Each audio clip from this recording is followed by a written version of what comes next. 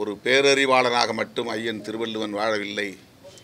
சமூகத்தில் நிலவுகிற அவலங்களை போக்க வேண்டும், பகைமையை ஒழிக்க வேண்டும், அன்பை பரப்ப வேண்டும், காதலை போற்ற வேண்டும் என்கிற பொறுப்புணர்வோடு வாழ்ந்த ஒரு பேரறிவாளன் ஐயன் திருவள்ளுவன் என்பதை இந்த காலத்திற்கு பொருத்தமான குரல்களை தேர்வு செய்து அதை கருப்பொருளாக்கி இந்த படத்தை தமிழ் சமூகத்திற்கு தந்திருக்கிறார்கள். எனவே இந்த திரைப்படத்தை மாண்புமிகு தமிழக முதல்வர் அவர்கள் பார்க்க வேண்டும் என்பது என்னுடைய விருப்பம். விடுதலை சிறுத்தைகளை பொறுத்தவரையில் அல்லது என்ன தனிப்பட்ட முறையில் கல்லும் கூடாது என்பது தான். எந்த வகையான மது போதை ஏற்றக்கூடிய எந்த பொருளும் அரசு அங்கீகரிக்கக்கூடாது. மக்கள் அது மாதிரி இருக்காங்கன்னா, தெரியாமல் செய்கிறாங்கன்னா அதை தண்டிக்கலாம், சட்டம் போட்டு அதை தடுக்கலாம். ஆனால் அதை நம்ம சட்டப்பூர்வமாக்குவது என்பது ஏற்புடையதல்ல. அதனால் கல் உற்பத்தி என்பது போதுமானதாக இருக்காது என்கிற போது கல்லிலும் கலப்படம் உருவாகும். போதைக்கான கலப்படம் கெமிக்கல்ஸ் அல்லது வேறு விதமான பொருட்கள் அதில் டயசப்பாம்ங்கிற ஒரு மாத்திரையே கலந்து தான் விற்கிறாங்கிறதெல்லாம் அனாலிசிஸ் ரிப்போர்ட் நமக்கு சொல்கிறாங்க. அதனால் அதுக்குள்ளே நம்ம போக வேண்டியதில்லை. வள்ளுவரை நாம் ஏற்றுக்கொள்கிறோம்னா, வள்ளுவரை ஏற்றுக்கொள்வதில் தமிழ் தேசியத்தில் ஒரு அங்கம் அப்படின்னா நம்ம கல்லுண்ணாமையை தான் வலியுறுத்த முடியும். இதில் கல் இறக்கக்கூடிய தொழிலாளர்கள் நலன் அப்படிங்கிற விஷயத்தை வச்சு பேசுகிறாங்க. கல் இறக்கக்கூடிய தொழிலாளர்களுக்கு, அவர்களுடைய நலன்களுக்கு மாற்று திட்டங்களை அரசு சிந்திக்க வேண்டும். ரமணா கம்யூனிகேஷன்ஸ் தயாரிப்பில் ஏஜே பாலகிருஷ்ணன் அவர்களின் இயக்கத்தில் செம்பூர் ஜெயராஜ் அவர்களின் எழுத்தில் உருவாகியிருக்கும் திருக்குறள் என்னும் திரைப்படம் தமிழ் சமூகத்தில் போற்றப்பட வேண்டிய ஒரு படைப்பாக இன்றைக்கு வெளிவந்திருக்கிறது. திரைப்படங்கள் என்றாலே வணிக ரீதியில் வெற்றி பெற வேண்டும் என்று திட்டமிடுவது இயல்பானது. அதற்கேற்ப கதை அமைப்பு, காட்சி அமைப்பு போன்றவை உருவாக்கப்படும். அவ்வாறு இல்லாமல் 2000 ஆண்டுகளுக்கு முன்னால்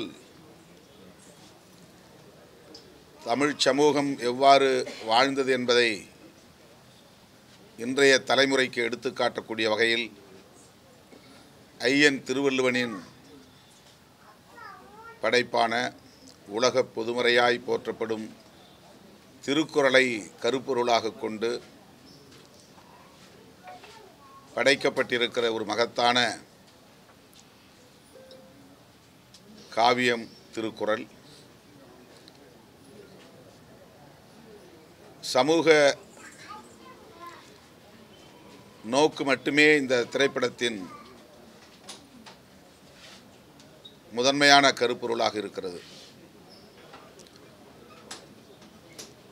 தமிழ் சமூகம் 2000 ஆண்டுகளுக்கு முன்னால் எப்படி பண்பட்ட சமூகமாக வாழ்ந்திருக்கிறது, அறம் தழைத்திருந்தது, வீரம் எவ்வாறு செறிவாக இருந்தது, குடும்ப வாழ்க்கை, இல்லற வாழ்க்கை என்பது எவ்வளவு இனிமையாக இருந்தது என்பதையெல்லாம் 2.25 மணி நேரம் திரைப்படமாக ஏஜே பாலகிருஷ்ணன் அவர்கள் படைத்து நமக்கு அருளியிருக்கிறார். இன்றைக்கும் ஐயன் திருவள்ளுவன் நமக்கு தேவைப்படுகிறார், திருக்குறள் நமக்கு தேவைப்படுகிறது. இந்த சமூகம் வழிதவறி போய்விடக்கூடாது, அறம் தழைத்த ஒரு சமூகமாகவே இது தன்னை நெறிப்படுத்திக் கொள்ள வேண்டும் என்கிற பொறுப்புணர்வோடு எடுக்கப்பட்ட ஒரு திரைப்படம் திருக்குறள். இதற்கு திருவள்ளுவர் என்று கூட பெயர் வைக்காமல் திருக்குறள் என்று பெயரிட்டிருப்பதிலேயே இயக்குனர் ஏஜே பாலகிருஷ்ணன் அவர்களின் பார்வை எவ்வளவு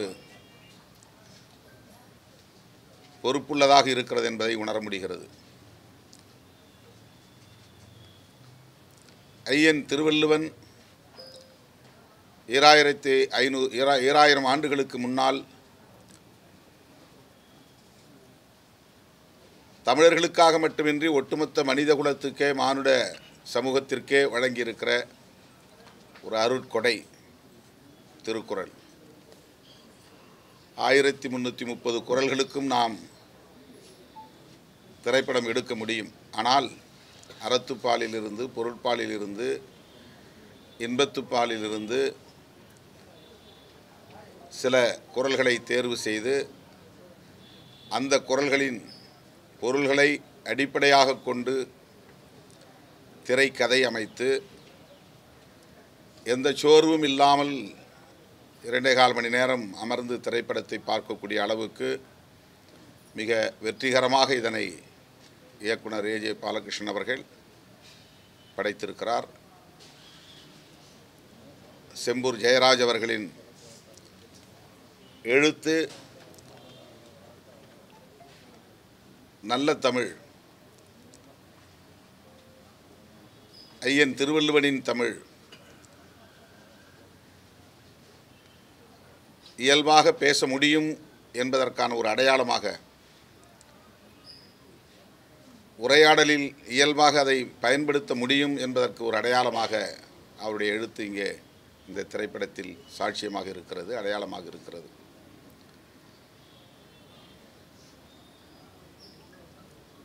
மிக இயல்பாக கலைச்சோழன் அவர்களும் தனலட்சுமி அவர்களும் அந்த படத்தில் நடித்திருக்கிற ஒவ்வொரு பாத்திரமும் தங்கள் நடிப்பு திறனை வெளிப்படுத்தியிருக்கிறார்கள்.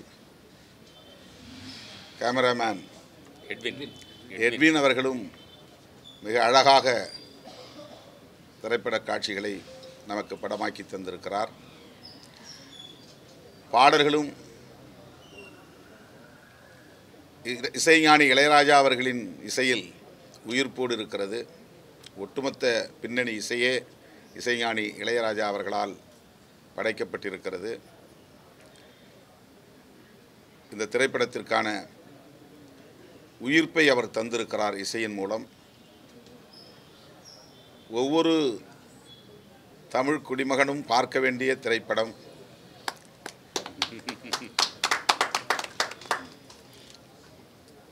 இந்த காலத்திற்கு பொருத்தமான குரல்களை தேர்வு செய்து அதை கருப்பொருளாக்கி இந்த படத்தை தமிழ் சமூகத்திற்கு தந்திருக்கிறார்கள்.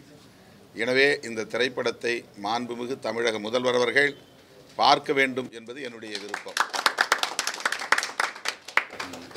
அவரே இந்த திரைப்படத்தை பார்ப்பதன் மூலம் ஐயன் திருவள்ளுவருக்கு அவர் செய்கிற சிறப்பாக அது அமையும், திருக்குறளுக்கு செய்கிற சிறப்பாக அமையும். முத்தமிழறிஞர் கலைஞர் அவர்கள் முதலாக ஆட்சி பீடத்தில் ஏறிய போது ஐயன் திருவள்ளுவனின் திருக்குறள் ஒவ்வொரு பேருந்திலும் இருக்க வேண்டும் என்று ஆணையிட்டார். வள்ளுவருக்கு கோட்டம் அமைத்தார். வானுயர சிலை குமரி முனையிலே முக்கடல் சங்கமிக்கும் இடத்திலே நிறுவினார். குறளோவியம் தீட்டினார். குறளுக்கு அவர் கொடுத்த முன்னுரிமை என்பது அளப்பரியது. திரைப்படத்தின் கடைசி காட்சி குமரி முனையில் வானுயர நிமிர்ந்து நிற்கும் ஐயன் திருவள்ளுவனின் சிலைதான். நம் நெஞ்சில் அப்படியே ஆழமாக பதியக்கூடிய வகையில் திருக்குறளின் முக்கியத்துவம் ஒவ்வொரு காட்சியிலும் பதிவாகி இருக்கிறது. ஆணவ கொலை இன்றைக்கு அதிகம் பெருகி வருகிற சூழலில், காதலுக்கு எதிர்ப்பு கடுமையாக சமூக பரப்பில் பரவி வரும் சூழலில், காதல் எவ்வளவு புனிதமானது, அதிலும் உடன்போக்கு எவ்வளவு முக்கியமானது. இன்றைக்கு காதலனும் காதலியும் பல்வேறு காரணங்களால், நெருக்கடிகளால் வெளியேறுகிற போது கூலிப்படை வைத்து அவர்களை தேடி இருவரையுமே மாய்க்கும் வேளையில் ஈடுபடுகிற அவலங்களை நாம் பார்க்கிறோம். இந்த காலச்சூழலில் ஐயன் திருவள்ளுவனின் வாதத்தை எடுத்து முன்வைக்கக்கூடிய ஒரு படமாக, திரைப்படமாக காதல் போற்றுதலுக்குரியது. குடும்ப நெருக்கடியில் அவர்கள் இருவரும் இணைந்து வாழ முயற்சிக்கிற அந்த உடன்போக்கு என்பது நியாயமானது, அது அறம் சார்ந்தது என்கிற கருத்து இந்த திரைப்படத்திலே வலுவாக சொல்லப்பட்டிருக்கிறது. கல்லுண்ணாமை என்கிற அதிகாரம் திருக்குறளிலே உண்டு. கல்லு விற்பதற்கு தடை விதிக்க வேண்டும் என்று ஐயன் திருவள்ளுவர் மன்னனுக்கு அறிவுரை சொல்லுகிற காட்சி இந்த திரைப்படத்திலே இருக்கிறது. அன்றைக்கு 2000 ஆண்டுகளுக்கு முன்னால் மது உற்பத்தி, மது வியாபாரம் என்பது இல்லாத காலத்தில் தென்னை மரங்களிலிருந்தும் பனை மரங்களிலிருந்தும் இறக்கப்படுகிற கல் பல வகையிலும் உடல்நலத்திற்கு மட்டுமின்றி சமூக நலத்திற்கும் பாதிப்பை ஏற்படுத்தக்கூடியவையாக இருந்ததை சுட்டிக்காட்டி கல்லுண்ணாமையை வலியுறுத்தக்கூடிய காட்சி பதிவுகளும் இதிலே இடம்பெற்றிருக்கின்றன.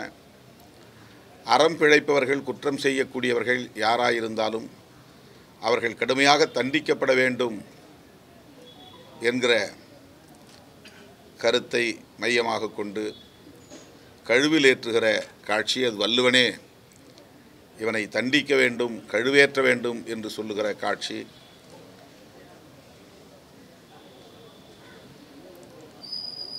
அதேபோல தமிழர்களுக்கு இடையிலே பகை கொண்டு ஒருவருக்கொருவர் மோதிக்கொள்வது, தமிழ் சமூகம் பாழ்பட்டு போகும் என்று ஐயன் திருவள்ளுவன் கவலைப்படுவது, அதற்காக முன்னின்று அரசர்களுக்கு அறிவுரை வழங்குவது போன்ற இந்த காட்சி அமைப்புகள் எல்லாம் நமக்கு பல புதிய தகவல்களை தருகிறது.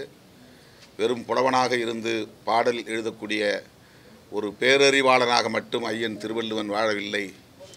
சமூகத்தில் நிலவுகிற அவலங்களை போக்க வேண்டும், பகைமையை ஒழிக்க வேண்டும், அன்பை பரப்ப வேண்டும், காதலை போற்ற வேண்டும் என்கிற பொறுப்புணர்வோடு வாழ்ந்த ஒரு பேரறிவாளன் ஐயன் திருவள்ளுவன் என்பதை இந்த திரைப்படம் நமக்கு படிப்பிக்கிறது, போதிக்கிறது. ஆகவே அறத்தின் மீது நம்பிக்கை உள்ளவர்கள், காதலை போற்றக்கூடியவர்கள், சமூக நலத்தில் ஈடுபாடு உள்ளவர்கள், பகைமை கூடாது, சகோதரத்துவம் மேலோங்க வேண்டும் என்று விரும்பக்கூடியவர்கள் அனைவரும் போற்ற வேண்டிய ஒரு திரைப்படம் திருக்குறள். இந்த காலச்சூழலில் இப்படி ஒரு முயற்சியை மேற்கொண்ட இயக்குனர் ஏஜே பாலகிருஷ்ணன் அவர்களையும் அவரோடு இணைந்து பணியாற்றிய இந்த படக்குழுவினர் அனைவரையும் நான் நெஞ்சார பாராட்டுகிறேன். இவர்களுக்கு செய்யக்கூடிய பேருதவி, இந்த படம் வெற்றி பெற வேண்டும், இந்த படத்திற்காக செலவு செய்த தொகை மீளப்பெற வேண்டும் என்பதையெல்லாம் தாண்டி இவர்கள் செய்திருக்கிற செயல் அளப்பரிய செயல் என்பதை அங்கீகரிக்கக்கூடிய வகையில் மாண்புமிகு முதல்வர் அவர்கள் இந்த திரைப்படத்தை பார்க்க வேண்டும் என்று மீண்டும் ஒரு முறை என்னுடைய வேண்டுகோளாக வைக்கிறேன். நன்றி. காதல் பற்றி ஒவ்வொருவருக்கும் ஒவ்வொரு பார்வை இருக்கிறது, ஒவ்வொரு புரிதல் இருக்கிறது, ஒவ்வொரு அணுகுமுறை இருக்கிறது. ஐயன் திருவள்ளுவர் என்ன சொல்லுகிறார் என்பதை இந்த திரைப்படம் சொல்லுகிறது. ஏஜே பாலகிருஷ்ணன் அவர்களும் மற்ற படக்குழுவை சார்ந்தவர்களும் சாதி மறுப்பு திருமணம், உடன்போக்கு போன்றவற்றை இந்த தமிழ் சமூகம் ஏற்கனவே அங்கீகரித்திருக்கிறது என்பதை உறுதிப்படுத்தி இருக்கிறார்கள். சார், உலக திரைப்பட வரலாற்றில் திரைப்படத்துறையில் திருக்குறளுக்கான ஒரு தனி படமாக இந்த படம் எடுக்கப்பட்டிருக்கு. எதிர்காலத்தில் இது மாதிரி படங்கள்லாம் வரணும்னு நீங்கள் ஆசைப்படுறீங்க? இந்த திருக்குறளை வைத்தே இன்னும் பல படங்களை எடுக்க முடியும். திரு ஏஜே பாலகிருஷ்ணன் அவர்கள் அடுத்து திருக்குறள் 2 என்று கூட 02 என்று எடுக்க வேண்டும் என்பது என்னுடைய அவா. ஏனென்றால் அந்த படத்தை எப்படி திருக்குறளுக்கு நேரடியாக பொருள் சொன்னால் அது ரொம்ப ட்ரையாக இருக்கும், அதை புரிஞ்சுக்க முடியாது. ஆனால் ரொம்ப இயல்பான உரையாடல்கள் மூலமாகவே ஒவ்வொரு திருக்குறளுக்குமான பொருளை சொல்லுகிற காட்சி அமைப்பு அபாரமானது. இந்த திரைப்படத்தில் உள்ள சிறப்பே அதுதான். அதற்கு தகுந்த மாதிரியான காட்சி பதிவுகள், அதற்கு ஏற்றார் போல நம்முடைய கலைஞர்கள், இது வள்ளுவனாக பாத்திரமேற்றிருக்கிற கலைச்சோழன் அவர்கள், வாசுகியாக பாத்திரமேற்றிருக்கிற தனலட்சுமி அவர்கள், அடுத்து பரிதியுடைய காதலி பவளக்குடியாக நடித்திருக்கிற பெண்மணி, இவர்கள் அத்தனை பேருமே மிகச் சிறப்பாக மிக இயல்பாக நடித்திருக்கிறார்கள். தூய தமிழை, நல்ல தமிழை, பழந்தமிழை பேசுவதால் கொஞ்சம் நமக்கு திரைப்படம்னா கொலைக்கலாக பேசணும், இயல்பாக பேசணும் அப்படிங்கிற ஒரு மரபை உடைத்து அந்த காலத்தில் எப்படி இருந்திருப்பார்கள் என்கிற அந்த கோணத்தில் அந்த உரையாடல்களும் அமைந்திருக்கின்றன. அந்த உரையாடல்கள் நமக்கு பழக்கமானவை தான். அதில் ஒன்றும் புதிய உரையாடல் முறை அல்ல, ஏற்கனவே இருந்த ஒரு உரையாடல் முறைதான். நல்ல புதிய சொற்கள், ஏராளமான குரலில் கையாளப்பட்டிருக்கிற சொற்களே ஏராளமான சொற்கள் அதில் இருக்கும். திருமணம் என்றாமல் மனவினை என்று சொல்லுகிற அதுபோல் பல சொற்கள், புதிய புதிய தமிழ் சொற்கள் உரையாடல்களில் இடம்பெற்றிருக்கின்றன. அவற்றை நடிகர்கள், இந்த கலைஞர்கள் மிக இயல்பாக உச்சரிக்கிறார்கள். அதில் அவர்களுக்கு எந்த சிரமமும் இருப்பதைப் போல தெரியவில்லை. இந்த குரலை உச்சரிப்பதாக இருந்தாலும் சரி, அந்த உரையாடல்களை பங்கேற்பதாக இருந்தாலும் சரி, மிக இயல்பாக கலைஞர்கள் தங்களுடைய திறன்களை வெளிப்படுத்தி இருக்கிற ஒரு திரைப்படமாக இது இருக்கிறது. திருக்குறளை வைத்தே இன்னும் பல பாகங்களை உருவாக்க முடியும். அதற்கு ஏஜே பாலகிருஷ்ணன் அவர்கள் முன்வருவார் என்று நான் நம்புகிறேன். சார், கல்லுண்ணாமை பற்றி வள்ளுவர் பேசியிருக்காரு. நீங்களும் உங்கள் கட்சி சார்பாக எல்லா வித போதைப் பொருள் இருந்தும் விடுபடணும், அதை ஒழிக்கணும்னு சொல்லி பெரிய மாநாடு நடத்துறீங்க. ஆனால் கல் தமிழரோட ஒரு அங்கம், அதை தடை செய்யக்கூடாது, அதை அரசாங்கம் அங்கீகரிக்கணும்னு சொல்லி அரசியல் கட்சிகள் போராடுறத, அந்த கோரிக்கை வைக்கிறத நீங்கள் எப்படி பார்க்குறீங்க? இதை முதல்ல அதை நான் சொல்லிட்டேன். விடுதலை சிறுத்தைகளை பொறுத்தவரையில் அல்லது என்ன தனிப்பட்ட முறையில் கல்லும் கூடாது என்பது தான். எந்த வகையான மது போதை ஏற்றக்கூடிய எந்த பொருளும் அரசு அங்கீகரிக்கக்கூடாது. மக்கள் அது மாதிரி இருக்காங்கன்னா, தெரியாமல் செய்கிறாங்கன்னா அதை தண்டிக்கலாம், சட்டம் போட்டு அதை தடுக்கலாம். ஆனால் அதை நம்ம சட்டப்பூர்வமாக்குவது என்பது ஏற்புடையதல்ல.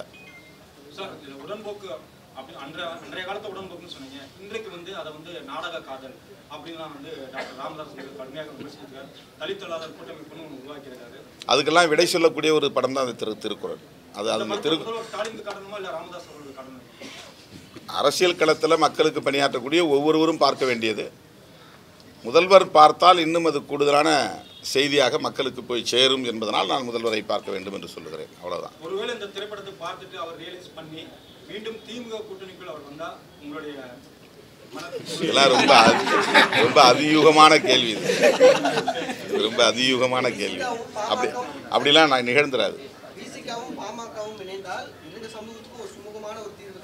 அதான் அரசியல் கேள்வி வேண்டாம்னு நினைக்கிறேன். நீங்கள் திருக்குறள் பற்றி மட்டும் கேட்டிங்கன்னா நல்லாயிருக்கும். அரசியல் கேள்விகள் கேட்டு அது நீங்கள் கம்ப்ளீட்டாக அது டைவெர்ட் ஆயிரும். அது நீங்கள் தனியாக வாங்க, நம்ம அலுவலகத்தில் பேசுவோம். இன்றைக்கி ஒரு தலை சிறந்த ஒரு சமூக செயல்பாட்டாளர் எங்கள் படத்தோட காட்சி பார்த்ததுக்கு நன்றி. உங்களுக்கும் மிக்க நன்றி. இந்த படத்தோடைய முன்னோட்டத்தையும் அவர் தான் வெளியிட்டார். முதல்வர் இல்லை, பாடல் வெளியிட்டார். சார் தான் ட்ரெய்லர் வெளியிட்டாங்க. அப்போது இவர் சமூகத்தின் மீது எவ்வளவு ஒரு ஆர்வமாக இருக்கிறார் என்பதை நாம் காண முடியும். இந்த படத்தை பற்றியும் விரிவாக பேசினாங்க. அவருக்கு என்னுடைய நன்றிகளை தெரிவித்துக் கொள்கிறேன். படத்தை பற்றி அவரே அனாலிசிஸ் பண்ணி சொல்லிட்டார். இதில் இருக்கக்கூடிய கல் உண்ணாமை, போதைங்கிறது எந்த வடிவத்தில் வந்தாலும் அது போதை தான். அது கல்லாக இருக்கலாம், சாராயமாக இருக்கலாம், விஷ்கியாக இருக்கலாம். அதனால் அதை அவர் தெளிவாக சொல்லிட்டார். மற்றபடி எங்களை விட அவர் அனாலிசிஸ் வேறு மாதிரி இருக்குது. இதில் உடன்போக்காக இருக்கட்டும், எப்போ கல்யாணம் பண்ணிக்கணும், காலையில் கல்யாணம் பண்ணிட்டு சாயந்தரம் கூடுறத வள்ளுவர் எவ்வளோ எதிர்க்கிறாரு, பழகி தான் இந்த சமூகத்தில் கல்யாணம் பண்ணுங்கிறத வள்ளுவர் ரொம்ப தெளிவாக பதிவு பண்ணுறாரு.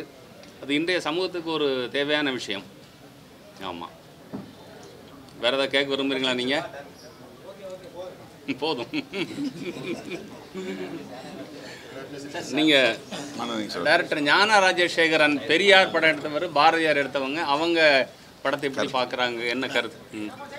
இன்றைய காலகட்டத்தில் இது மாதிரி பீரியட் ஃபிலிம்ஸ் எடுக்கிறதுக்கு தயாரிப்பாளர்கள்லாம் முன் வர்றது கிடையாது. கோடிக்கணக்கான ரூபாய்களை வேறு படத்துக்கு செலவு பண்ண தயாராக இருக்காங்க. ஆனால் இது மாதிரி படங்களுக்கு தயாரிக்க யாரும் முன் வர்றதில்லை. இப்படிப்பட்ட ஒரு சூழ்நிலை ஸ்ரீ பாலகிருஷ்ணன் இப்படி ஒரு அற்புதமான ஒரு படத்தை நமக்கு தயாரித்து தந்திருக்காரு. ஏன்னா இன்றைக்கி இருக்கிற காலத்து இப்படி இது போல் ஒரு திருக்குறள் பேஸ்டாக ஒரு படம் நமக்கு ஒரு ஃபீல் குட் ஃபில்ம் ஆக்கியிருக்கார். அதுதான் ரொம்ப பாராட்டுக்குரியதுன்னு நான் நினைக்கிறேன். ஏன்னா படம் பார்க்கும் பொழுது எனக்கு ஒரு பிரீச்சியாக இருக்கும் பொழுது அது வந்து எவ்வளோ தூரத்துக்கு வந்து இன்றைக்கி ஃபீல் குட்டாக இருக்குன்றது இந்த படத்தை பார்த்தா தெரியும். அதுக்கு வந்து இதில் கேமராமேன், ஆர்ட் டைரக்டர், இப்படி நடிகர்கள் எல்லாருமே வந்து இதுக்கு கான்ட்ரிபியூட் பண்ணியிருக்காங்க. பின்னணி இசை வந்து நம்மளை வந்து இந்த படத்தோடு ஒன்றை வைக்குது. பாடல்கள் எல்லாமே வந்து இன்றைக்கி ஒரு ஃபீல் குட் ஃபில்மாக இது ஆக்கியிருக்காரு. அதுக்காக வந்து நான் வந்து நிச்சயமாக இது ஒரு மிகப்பெரிய சவால்.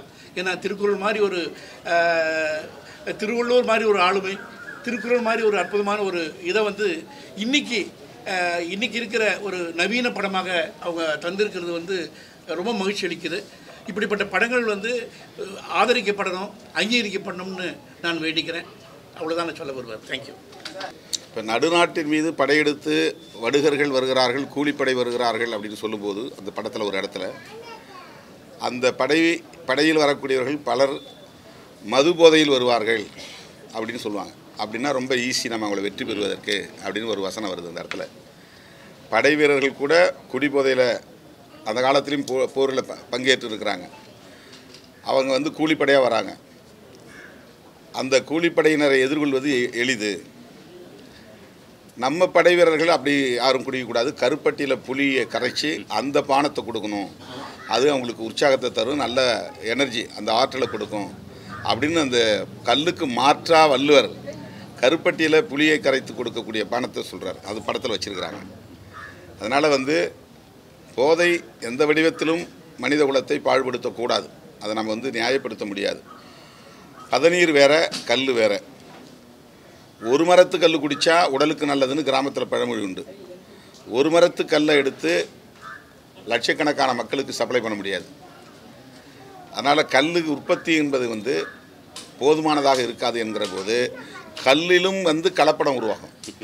போதைக்கான கலப்படம் வந்து கெமிக்கல்ஸ் அல்லது வேறு விதமான பொருட்கள், அதில் டயசப்பாம்ங்கிற ஒரு மாத்திரையே கலந்து தான் விற்கிறாங்கிறதெல்லாம் அனாலிசிஸ் ரிப்போர்ட் நமக்கு சொல்கிறாங்க. அதனால் அதுக்குள்ளே நம்ம போக வேண்டியதில்லை. வள்ளுவரை நாம் ஏற்றுக்கொள்கிறோம்னா, வள்ளுவரை ஏற்றுக்கொள்வதில் தமிழ் தேசியத்தில் ஒரு அங்கம் அப்படின்னா நம்ம வந்து கல்லுண்ணாமையை தான் வலியுறுத்த முடியும்.